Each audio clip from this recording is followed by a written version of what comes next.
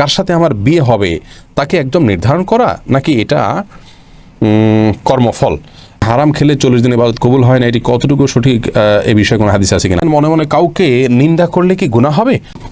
অনুমানের উপরে কেউ মিথ্যা অপবাদ দিলে কি গুনাহ হবে? নামাজের মধ্যে যদি একাধিকবার ভুল হয় তাহলে করণীয় কি? আর বিলম্ব না করে আপনাদের ইতিমধ্যে যে প্রশ্নগুলো আমাদের কাছে এসেছে সেগুলোর উত্তর দেওয়া পালায় আমরা চলে যাই এবং শুরু করি আপনাদের প্রশ্নগুলোর উত্তর দেওয়ার ক্ষেত্রে।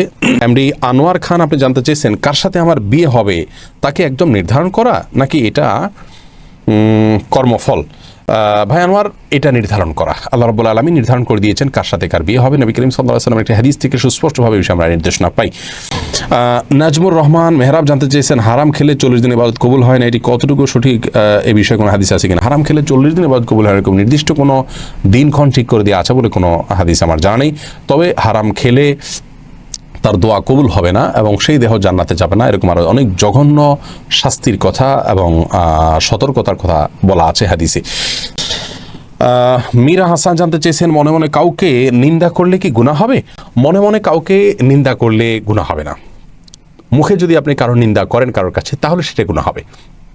তবে কারোর ব্যাপারে যদি আপনি কুধারণা করেন, অর্থাৎ ধরুন তার একটা কাজ, এটার দুটো ব্যাখ্যা হতে পারে, ভালো হতে পারে, খারাপ হতে পারে। ভালো হওয়ার পসিবিলিটি যদি 1%ও থাকে, তারপরেও তার ব্যাপারে কুধারণা করা কিন্তু হারাম। মনে মনে কুধারণা করলেও আপনি মুখে কিছু বললেন না, মনে মনে খারাপ ধারণাটা খারাপ করলেন, এটাও কিন্তু গুনাহ। কিন্তু একটা মানুষ খারাপ কাজ করছে, চুরি করছে, আপনি দেখতে পেয়েছেন, তাহলে মনে মনে তাকে চোর মনে করলেন, এটাতে কোনো গুনাহ হবে না। মানুষের কাছে তার বদনামি করলে সেটা গুনাহ হবে, কিন্তু মনে মনে তার খারাপ দোষটার কথা কল্পনা করে ঘৃণা করলেন, এটাতে গুনাহ হবে না। এরপরে সাইদ জিহাদ, আপনি জানতে চেয়েছেন অনুমানের উপরে কেউ মিথ্যা অপবাদ দিলে কি গুনাহ হবে? খুবই গুরুত্বপূর্ণ একটি প্রশ্ন করেছেন ভাই সাইদ। অনুমানের পরে কেউ যদি মিথ্যা ধারণা করেন কারোর প্রতি, এটি গুনাহ হবে, জঘন্য গুনাহ হবে।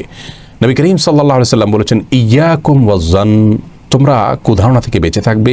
ফাইন্না যান্না আকযাবুল হাদিস, কারণ কুধারণা এটা সবচেয়ে বড় মিথ্যা। সবচেয়ে বড় মিথ্যা হলো কুধারণা।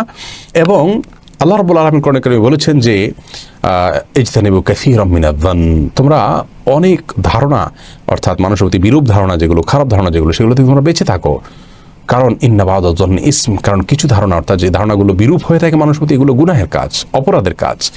কারোর ব্যাপারে সুধারণা করার কোনো যদি সুযোগ থাকে, 100%-এর ভিতরে 1%ও যদি সুযোগ থাকে, তাহলে তার প্রতি সুধারণা করতে হবে। এবং সুধারণা করার পরে আপনি কিন্তু একটা নেক আমলের সওয়াব পাবেন যদি কারোর প্রতি সুধারণা করেন। কিন্তু কুধারণা করলে কোনো সওয়াব তো পাবেনই না, বরং আপনি তার প্রতি কুধারণা করলেন, বাস্তবে আপনার ধারণাটি ভুল হলো, তাহলে কিন্তু আল্লাহর কাছে আপনি দায়ী হবেন। আজকাল সোশ্যাল মিডিয়াতে এত পরিমাণ কুধারণা করি আমাদের তথাকথিত দিনদারদের মধ্যে, ইসলাম প্র্যাকটিস করা মানুষদের মধ্যে, এটি রীতিমতো লজ্জাস্কর। এটা হলো তাকওয়ার দুর্বলতার বিষয়।